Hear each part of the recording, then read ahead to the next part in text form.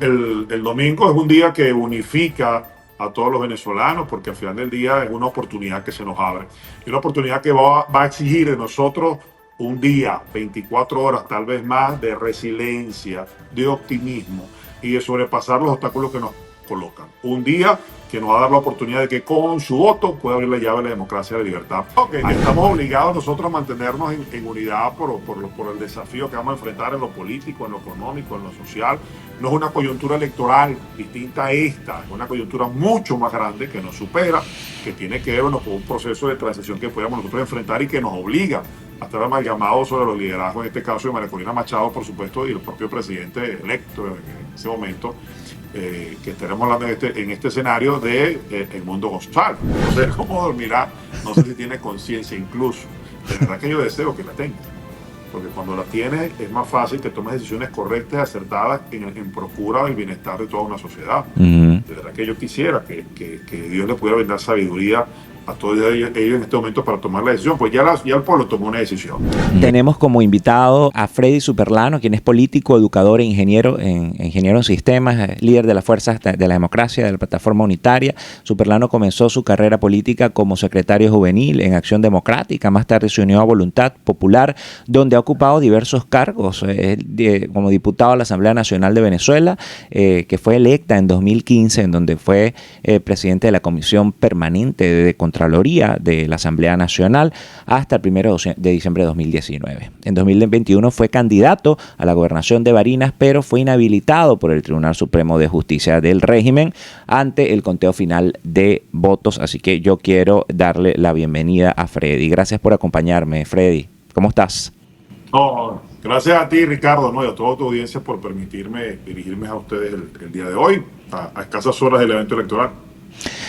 ¿Cómo se preparan desde allá? Porque una cosa es lo que uno ve desde afuera por las redes y lo que la gente está en distintos lugares. Somos 8 millones de venezolanos, casi 8 de los que estamos afuera.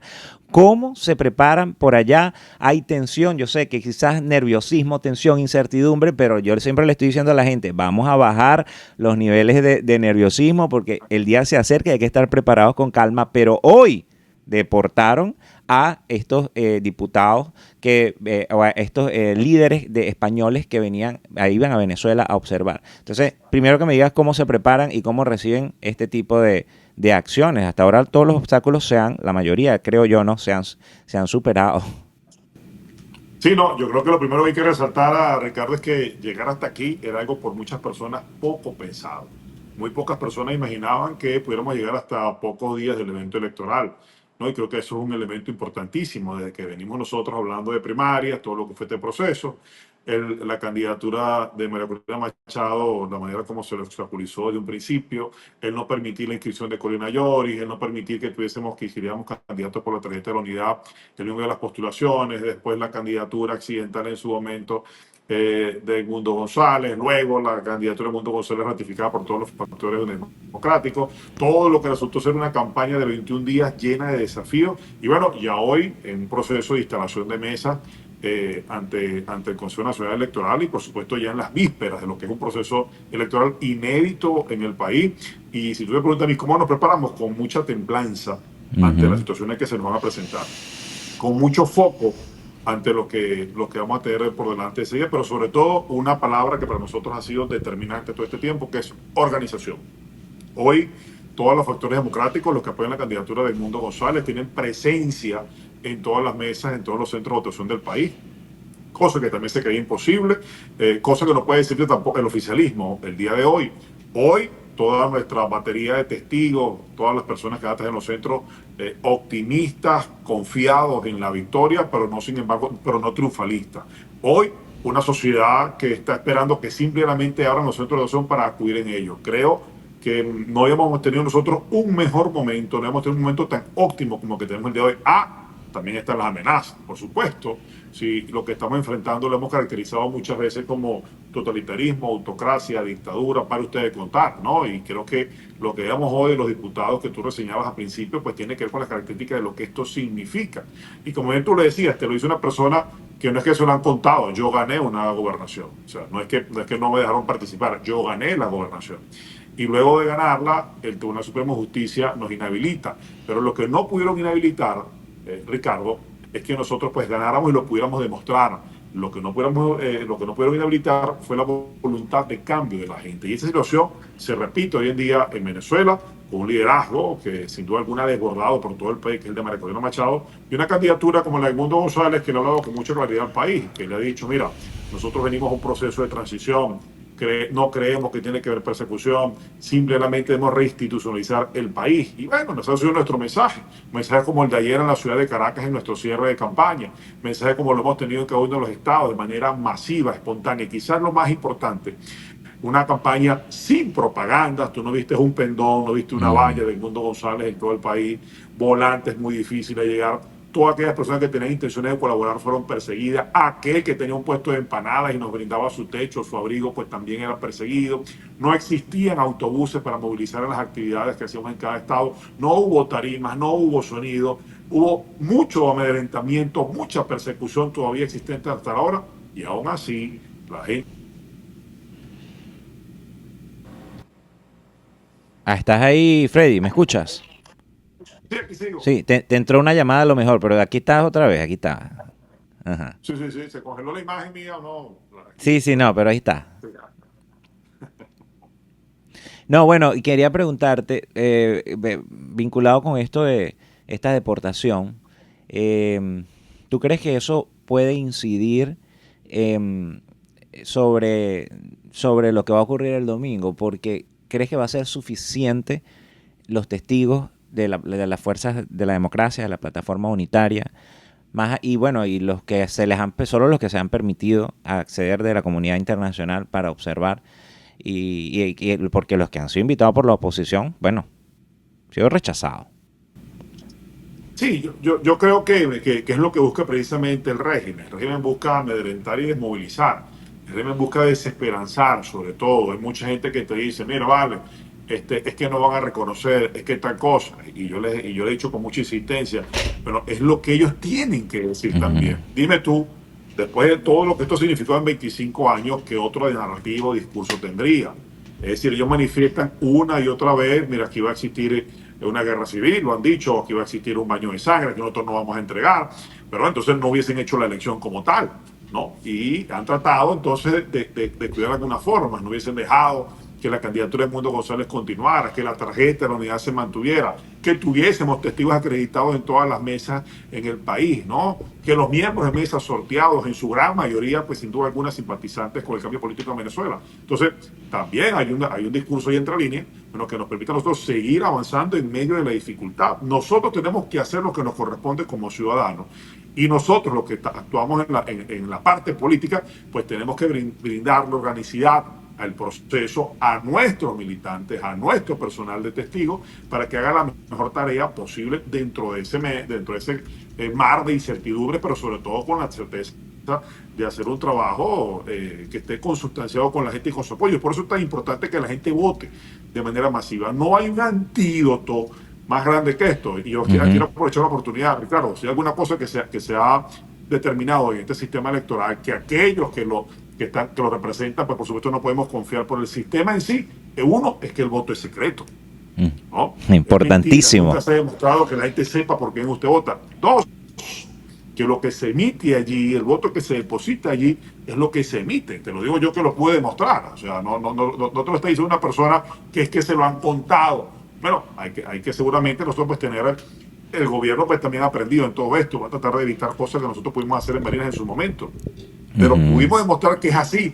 Tanto es así, en nuestro caso, que tuvo que intervenir el Tribunal Supremo de Justicia para tomar otra medida, pero no pudo el Consejo Nacional Electoral evitar que lo que se ha depositado en las máquinas, que las actas que tenemos nosotros en mano, dieran como constancia que hemos ganado la elección ese día. Sí, eso te iba a preguntar. ¿Qué aprendizajes te quedan de tu candidatura? Porque, bueno, prácticamente lo dijiste hace unos minutos. O sea, tú ganaste la gobernación bueno, la artimaña de ellos fue inhabilitarte. No, no eres el único político que está inhabilitado. Sabemos que la principal líder de las fuerzas democráticas, que es María Corina, también está inhabilitada. No pudo lanzarse para el cargo por esa inhabilitación. Pero ¿qué ¿qué puntos claves puedes tú reseñar después de vivir este proceso? Porque estamos a punto de vivir un proceso con una magnitud, un alcance nacional y regional, creo yo. No sé si comparte conmigo esto, pero realmente el impacto de que Venezuela recupere la democracia y vuelva a encarrilarse por un sendero de bienestar, de prosperidad, de respeto a los derechos humanos, de democracia, etcétera, todo lo que eso implica, también impacta en la región. Pero pues además que somos 8 millones de venezolanos, los que estamos afuera, y muchos están dispuestos a regresar. Pero ¿qué aprendizajes claves de este proceso? Cosas que quizás no hicieron o dejaron de hacer, o en las que quizás se fallaron en el pasado, o que otras que, bueno, no se las permitieron porque, bueno, te inhabilitaron, o ¿tú crees qué puntos rescatas de ese proceso previo en que participaste? Porque ahora estas elecciones tienen este impacto nacional, ¿no? No, yo creo que sí, algo que hay cosas positivas. Yo creo que hay un antes y un después de la elección de Barinas, ¿no? Y recuerda que antes de esa elección había una apatía con el voto, ¿no? Ujú. Incluso algunos dirigentes nacionales que hoy en día están convocando a votar como debe ser, en esa elección no lo hacían, porque tenían distintos puntos de vista sobre tal vez la elección o el tipo de elección, qué sé yo.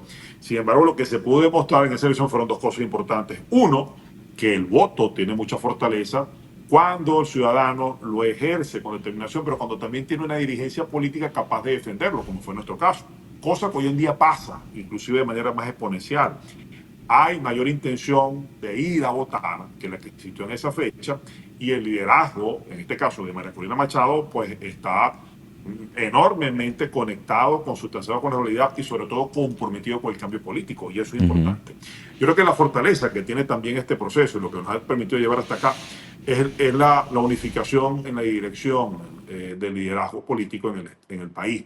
Es decir, es que se permite desde este momento que hay una voz que va marcando la pauta y todos los factores democráticos, producto de un proceso de legitimidad que se dio el 22 de octubre del año pasado, pues seguir esa conducción que se daba. Y te hablo en el caso de María Corina Machado y la plataforma. Más allá de la diferencia que por supuesto siempre se sostiene en cuanto a las visiones, creo que ha existido un acompañamiento en el caso del liderazgo de María que nos ha permitido llegar hasta acá y que nos ha permitido pues tener hoy en día una candidatura, una opción con intención enorme de triunfo. Lo que aprendimos en esa elección fue eso. La otra cosa que se aprendió es que la gente dejó de caer en el engaño de las tarjetas secuestradas por parte del régimen, ¿no? Porque en la elección del 21, las tarjetas secuestradas, como la Acción Democrática y otras más, se llevaron un grueso número de votos. Cuando se repite la elección al mes siguiente, el 9 de enero, pocas personas votaron en esas tarjetas porque entendían que estaban prestadas, ¿no? A hacerle favores, en este caso al régimen y a las candidaturas de Nicolás. En este momento pasa igual. El gobierno tenía una ingeniería electoral de hacer ver de que esas tarjetas podrían tener un total del 8%, 9%, 10 y 12% del caudal de votos, porque la gente se iba a confundir, ¿no? Con aquellos eslogans de que vota blanco, de que vota verde, de que vota en la tarjeta de Ujú. Primero de Justicia, de Voluntad Popular. Hoy en día todos los sondeos de opinión nos dicen que esas tarjetas van a tener menos del 5% de esa votación. Es decir, la narrativa por la cual todo este tiempo han utilizado alacranes que se hacen pasar por oposición, pero que le hacen favores, en este caso el régimen, se ve disminuida porque la gente los empezó a identificar claramente.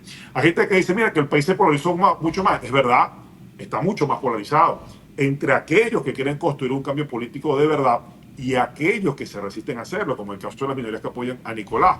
Eso no significa que esa polarización que hoy en día se ha exponenciado se haya radicalizado en perseguir, en creer que aquí va a haber una racia y nada que se le parezca, sino todo lo contrario. Creo que ha sido una dirigencia política opositora bastante responsable con lo que se vive en el país. Bastante responsable cuando se habla de justicia transicional, cuando se habla de amnistía, cuando se habla de buscar las maneras de encontrarle una salida política al país y no caer en lo que aves agoreras del régimen ha manifestado en los últimos días, tratando de generar miedo, tensión, terror dentro de la población. Aquí hay que ir a votar. Y si le aplican la operación Morrocoy, hay que tener mucha resiliencia ese día. Aquí hay que entender que es un día de sacrificio. Y nosotros asumir con responsabilidad los riesgos que tengamos que asumir en función de que toda nuestra gente esté representada en cada mesa de cada uno de los centros de votación. Sí, no, sí, y sobre eso, bueno, no sé, sobre el tema de la polarización, yo diría más bien que yo siento que si que se puede hablar más de polarización cuando hay un país que está dividido, como lo estuvo Venezuela en un pasado, en el que la gente perdía contacto y le quitaba el habla a familiares, amigos, por esa radicalización de la política. Ahora yo siento que como no se puede hablar de que el país está radicalizado porque realmente hay una gran mayoría que quiere un cambio y ya eso cambia el panorama completamente, más allá del porcentaje minoritario que siga apoyando al régimen, ¿no? Pero sobre el régimen, particularmente quería preguntarte porque tú al principio me hablabas de que, bueno, lo han calificado autocracia, dictadura. Bueno, le hemos puesto distintos nombres. Hay personas que prefieren llamarlo de una manera, otros de otra. Son etiquetas, es un tema de forma. Sin embargo, lo que sí ha demostrado es que aquí talante democrático no ha existido a lo largo de estos 25 años, obviamente arreciado en las últimas en los últimos años, diría yo, o en las últimas, sí, yo diría en los últimos años, ¿no? Como tal. Pero te lo digo porque un régimen que ha actuado de la forma como ha actuado en el pasado, y ya lo sabemos, contra las protestas, contra periodistas, hay colegas periodistas que están presos, o sea, atacando las libertades básicas, violaciones de derechos humanos y fundamentales.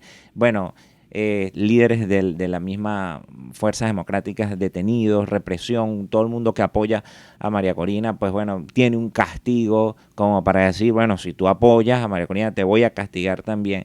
Y eso lo vimos al final de esta campaña que arreció aún más. Un régimen que tiene un precio, porque la cabeza de Nicolás Maduro tiene un precio, y eso es una realidad. ¿Cómo crees, cómo ves que pueda existir una transición? Porque a mí antes, cuando yo entrevistaba a un líder político, me decía, bueno, no hablemos, primero vamos a llegar al día de las elecciones. Bueno, pues ya estamos a un día, un día de las elecciones, y hay que empezar a pensar en el 29, que no va a ser la entrega al poder 29, pero ya es el día siguiente, es el día en el que ya tenemos unos resultados y cambia todo el panorama. Y te lo digo, ¿cómo pensar en que un régimen en que la cabeza, bueno, no solo la cabeza de Maduro tiene precio, puedan entregar el poder. Bien, vimos a Nicolás Maduro Guerra, Nicolásito, conocemos, diciendo que sí. Bueno, que él pensaba que iba a ganar, pero si no, estaban dispuestos a pasarse a la oposición, que iban a aceptar. Vemos un Padrino López diciendo que, bueno, si el que gane, que monte su proyecto de gobierno, el que no, que se vaya a descansar. Y después vemos a un Diosdado como que renuente a eso. Entonces, claro, yo te pregunto, ¿cómo ves este proceso, esta vialidad de transición? Ya empezamos a ver distintos, como una apertura que no existía antes, ¿no? Sí, claro. Bueno, primero recordar que la conducción política dentro del oficialismo, sin duda alguna, que la lleva Nicolás Maduro, más allá de las posturas que pueda tener Diosdado, que puedan tener otros actores, eso por un lado. Por otro lado, recordemos que hay personas que están intermediando de manera intermitente, que hemos visto que son liderazgos regionales, como el caso, por ejemplo, de Lula da Silva, tal vez el de mayor peso, ¿no? Tanto en lo ideológico, también uno de los creadores, fundadores del Foro de San Paulo, el propio Petro también, que ha manifestado posiciones, México, que también no se ha visto en este momento pues tan alejado de lo que sucede, y también los propios Estados Unidos, ¿no? Recordemos que ha existido todo un proceso de negociación, acuerdos que no se han cumplido, pero que se mantienen País como no tal se puede también. desmotivar.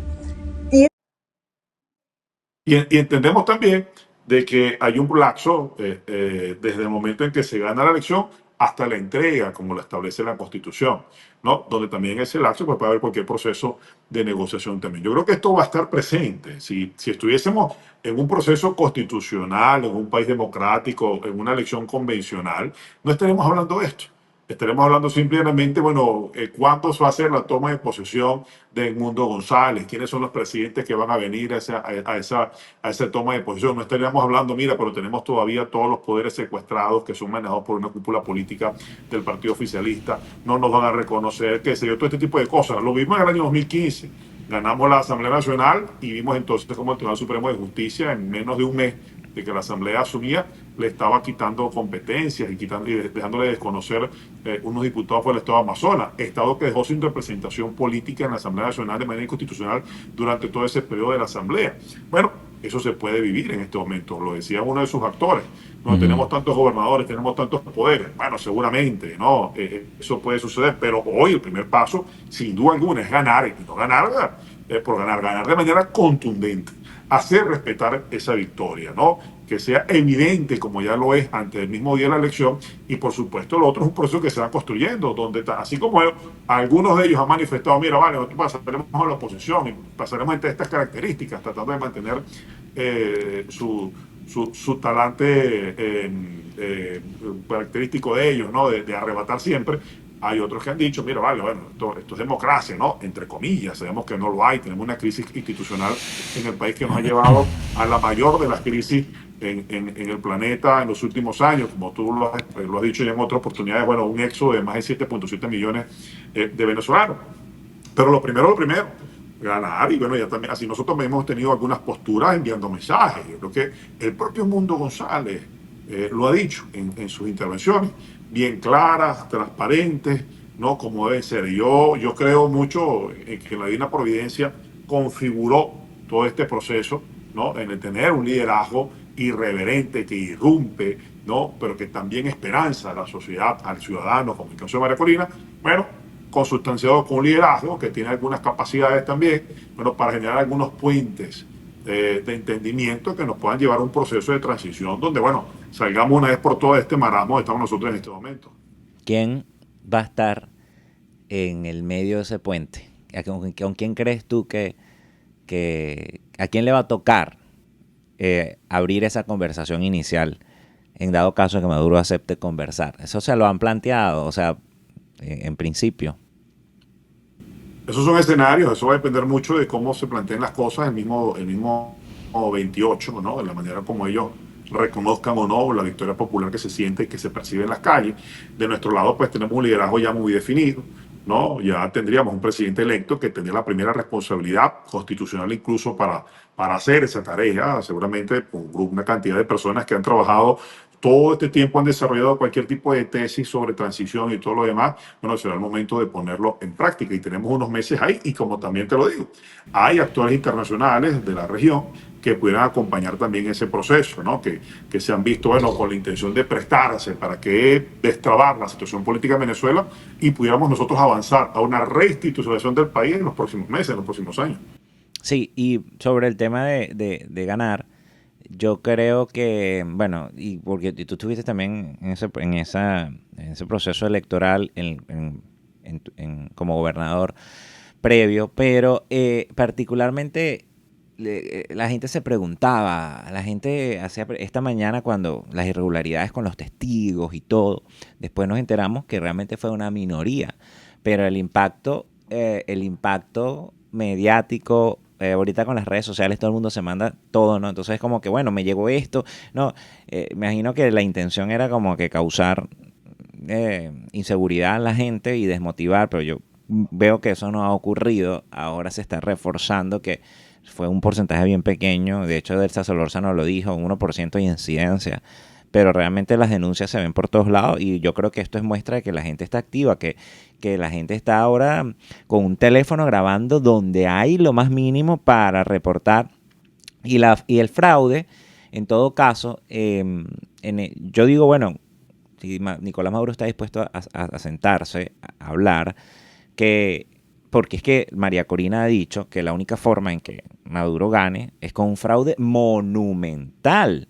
Y es monumental por la cantidad de votos que hay de diferencia. Tú, en las elecciones de Capriles contra Maduro, realmente allí hubo una diferencia que yo creo que en este caso no se acerca a lo que está el panorama en este caso. Y aún así, en ese momento ellos ganaron, si no me equivoco, con el apoyo del Polo Patriótico. Y ganaron ahí, a regañadientes, porque realmente, y con todas las irregularidades que hubo, sabemos que Smartmatic incluso desconoció, hubo un diferencial, etcétera. Pero con acta en mano, con los testigos, o sea, no es el hecho de la transmisión, de la máquina en sí, es lo que ellos pueden hacer en el conteo, lo que ellos pueden hacer vamos a decir, en el tema ya de manipulación final, pero si realmente están ahí los testigos de la fuerza de la democracia y se tiene acta, como han dicho los mismos líderes, que corresponda a lo que el CNE diga con lo que dice. Va a ser bien difícil que realmente Maduro no pueda aceptar una derrota, porque el margen es demasiado grande. Por más que se roben, por más que busquen robarse votos, no van a alcanzar cortar una cantidad tan grande de votos, creo yo. Yo no sé si tú tienes esta perspectiva, que viviste este proceso electoral, pero creo que son elementos importantes, y por eso el tema de los testigos es tan importante, y de la observación ciudadana, ¿no? Y de la defensa del voto. No vale, incluso más. Yo creo que para añadir al análisis que tú hacías en cuanto a las Ujú. incidencias hoy, la mayoría de las incidencias también te dice que el Plan República tuvo un comportamiento institucional, y eso es bueno decir, ¿no? Porque entonces, bueno, empezamos a decir cosas para, algunos creen que hacen una gracia, ¿no? Para entonces, bueno, colocar ya cómo va a ser ese proceso titánico y todo lo demás, y deja de resaltar cosas que son altamente positivas, porque también estás viendo ahí, bueno, la presencia de los que son los responsables de brindarle seguridad a ese proceso como tal. Así como vi que ellos pudieron instalarse, y la mayoría de los miembros también. Y creo que la diferencia es enorme en la comparación con aquella elección del 2013 y la de ahora. En la del 2013, creo que la primera diferencia que había es que nadie conocía el talante antidemocrático del gobierno, de lo que puede ser el gobierno de Nicolás Ujú. Maduro. O sea, la primera. Hoy creo que todo el mundo tiene claridad con un juicio, con una investigación ante la Corte Penal Internacional, con cualquier cantidad de investigaciones, pero también de denuncias en contra de la violación de derechos humanos, con el secuestro institucional del país, con la crisis multidimensional que existe hoy, que ha llevado el éxodo a más de 7,7 millones de personas. Creo que hay una claridad meridiana al respecto, pero también la tiene el ciudadano. Es decir, y ese ciudadano, no estoy hablando solamente del factor opositor, estoy hablando de aquel que acompañó al oficialismo. Hoy hay una Ujú. gran cantidad enorme de jefes de calle, jefes de VC, gente que algún día acompañó al oficialismo, que no está acompañando este proceso. Hoy hay una cantidad importante de personas que se hacen llamar chavistas, pero no maduristas. Hoy existe, por Ujú. supuesto, una persecución no solamente a los factores democráticos como siempre tradicionales, sino también ellos mismos.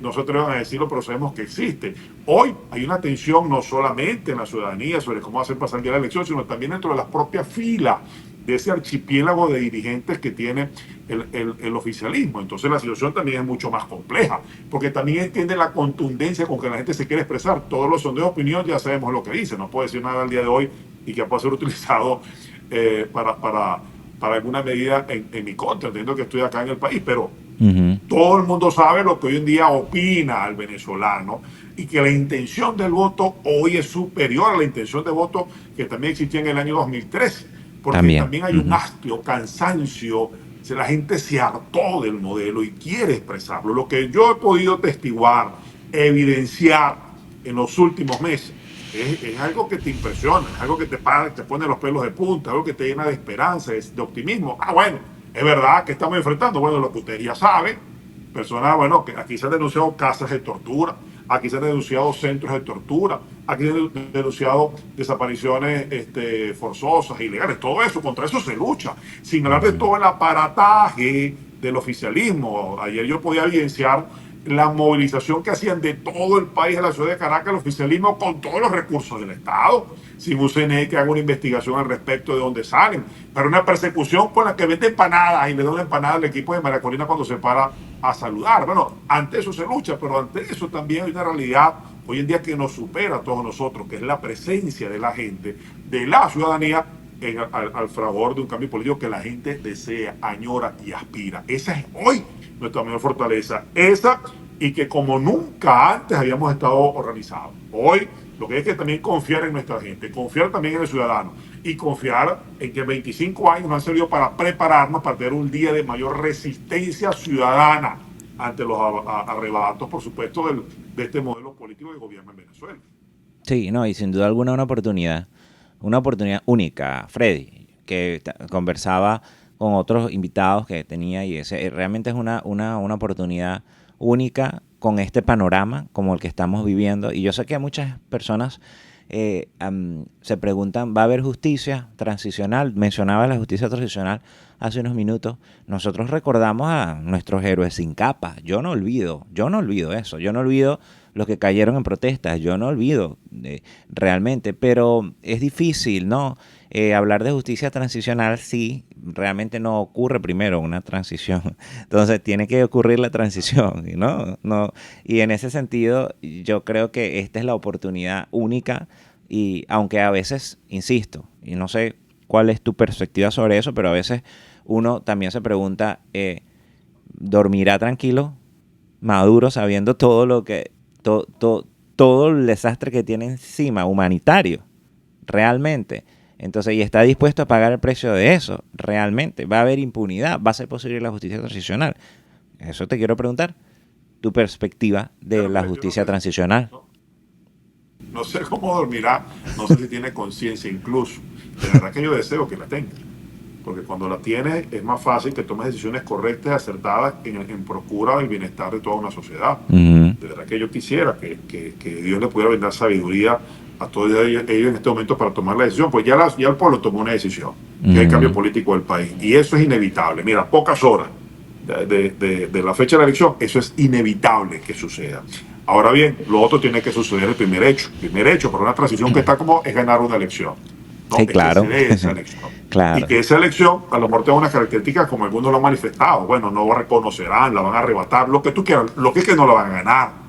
Pueden decir otra cosa, pero no la van a ganar, no tienen cómo ganarla. Pero entonces, ante eso bueno, se desprenden otro tipo de escenarios y bueno, y tener una discusión por escenario más de todo el tiempo que tardaríamos. Pero ciertamente todos quieren justicia. Justicia transicional no puede significar impunidad, ¿no? Y es una discusión que seguramente tendremos que dar, ¿no? Y ahí, Sí. bueno, se conjugan una serie de elementos que valen para la discusión y después tú comienzas a evaluar, ¿no? ¿Qué es qué es lo prioritario? ¿No? Lo prioritario es que estos señores salgan del ejercicio del poder para comenzar un proceso de transición, o lo prioritario entonces es una racia completa y eso nos pueda tardar quizás una década o 2 décadas más, un baño de sangre. O sea, ¿cuál es el costo-beneficio en todo esto? Entonces, bueno, yo creo que si existe la posibilidad de que de manera pacífica, cívica, constitucional, nosotros podamos emprender ya un cambio político en el país, mira, creo que es lo mejor que nos puede pasar a todos nosotros. Y lo demás, bueno, vendremos trabajándolo en lo sucesivo. Pero tenemos tiempo para que eso suceda, lo que la gente quiere, lo que la gente está deseosa, ¿no? Acá en el país es que ese cambio se produzca de una vez por todas. Lo queremos normalizar el país, normalizar nuestra vida y que no tengamos el temor de la persecución por pensar distinto, la repercusión por no acompañar un modelo que tú no crees, sino que podamos de una vez por todas. Otra vez, lamentablemente, el país entraría tarde, de nuevo, en este siglo, como en el pasado, bueno, a un proceso democrático en Venezuela. Pero lo importante es que entremos, porque los venezolanos también hemos demostrado que tenemos grandes capacidades para podernos desarrollar rápidamente y poder renovar el país en ese eje de producción que todos deseamos. Pero lo primero es lo primero, y lo primero pasa porque el ciudadano entienda que lo importante es el que tiene la llave con su voto el próximo 28. ¿Tú crees que en ese eventual proceso de justicia transicional de negociación que va a ser tan importante, además de otros factores clave, las Fuerzas Armadas es un factor clave? Ya sabemos que Mundo González y María Corina han hecho llamados directamente a las Fuerzas Armadas para que reconozcan la voluntad del pueblo. Pero además de eso está el tema interno del chavismo, que no es monolítico. Ya estábamos conversando de eso. Hay distintos intereses ahí adentro.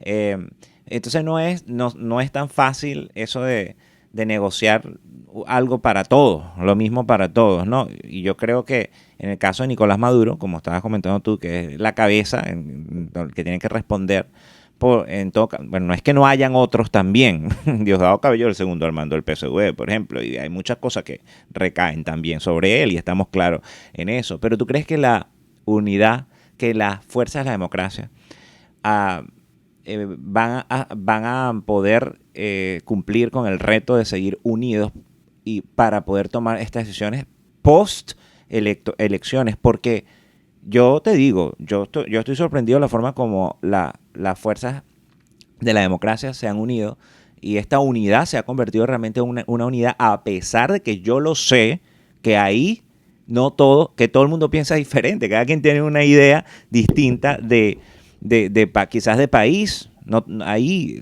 ideas diferentes, ¿no? Pero eso es el tema de la democracia, ¿no? Aquí debatimos ideas distintas y las diferencias las vamos a unas urnas electorales y votamos y ahí y el debate, ¿verdad? Nada por la fuerza, como ocurre ahora, ¿no? Pero te lo digo claramente. Entonces, hasta ahora eso me parece ejemplar, me parece que es una de las claves del éxito, que más allá de las diferencias, e incluso en los momentos más álgidos en los que hasta el final hubo ahí como unos roces con Rosales, pues eso se pudo solventar y al final se encauzaron para donde todos tenían que encauzarse. Esto no termina aquí, esto no termina el 28. El 28 es que es importante la victoria, pero después de eso, la pregunta es, ¿van a seguir unidos? ¿Crees que va a ser un reto? ¿Va a ser difícil seguir unidos en lo que viene? Porque lo que viene son 6 meses para la entrega del poder, para hasta enero de 2025. Entonces, eso es un lapso que en el que Maduro va a quedar literalmente deslegitimado. Y es un lapso muy largo.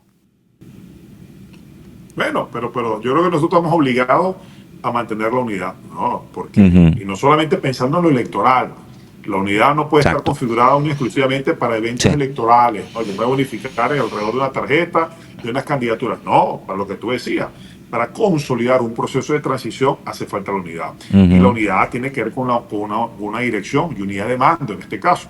Yo creo que la más legitimada y representativa en este momento es María Corina Machado, sin duda alguna, no tengo temor en decirlo, ningún proyecto tampoco.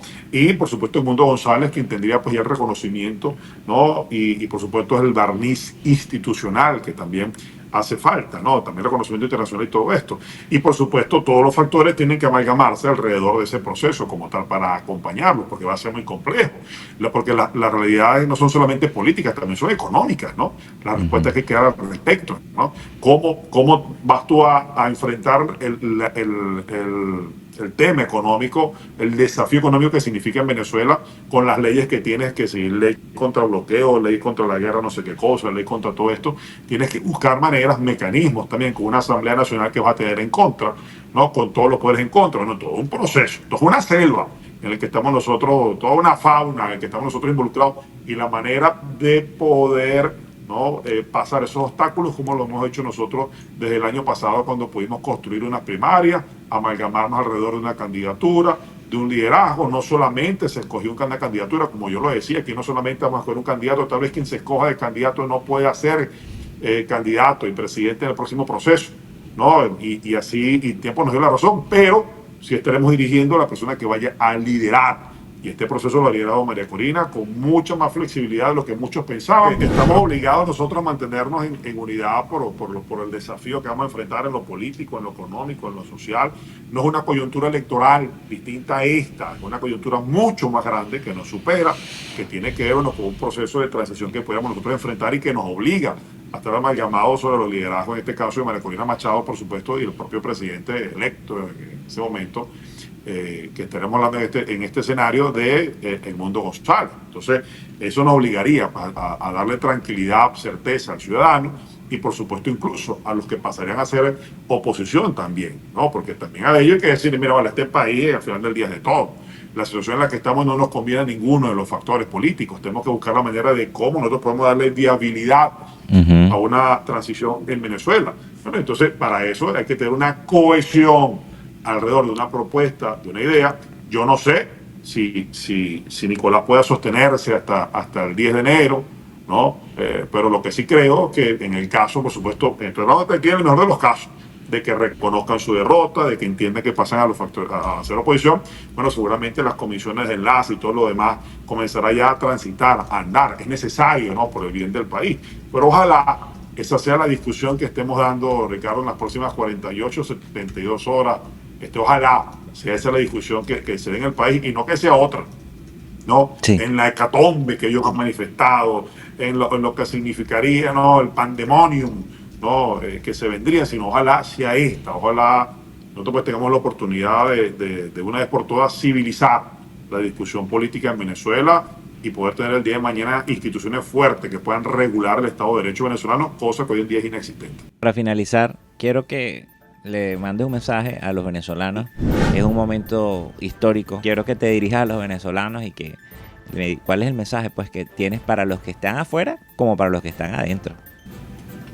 No, yo creo que el domingo es un día que unifica a todos los venezolanos, porque al final del día es una oportunidad que se nos abre.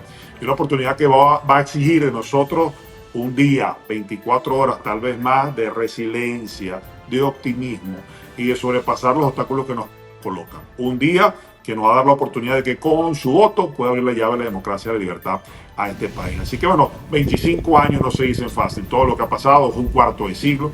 Creo que hay en este momento una ruptura en la sociedad venezolana, ¿verdad? Creo que hay una fractura, un quiebre que se da por primera vez desde hace muchos años, y creo que hay que aprovecharlo de la mejor manera, y la mejor manera de aprovecharlo es que la gente vote de manera aluvional, en masa, para evitar cualquier intención de fraude que pudiera presentarse. Bien, muchísimas gracias, Freddy, por tu tiempo y por estar aquí con nosotros el día de hoy. A ustedes, gracias por la oportunidad. Bien, saludos. Conversamos con Freddy Superlano, quien es el líder de las Fuerzas de la Democracia, la plataforma unitaria. Hablábamos de este panorama previo a las elecciones del domingo. ¿Qué esperar? Hablamos de este proceso, estos días, las irregularidades que se han presentado y de una eventual transición.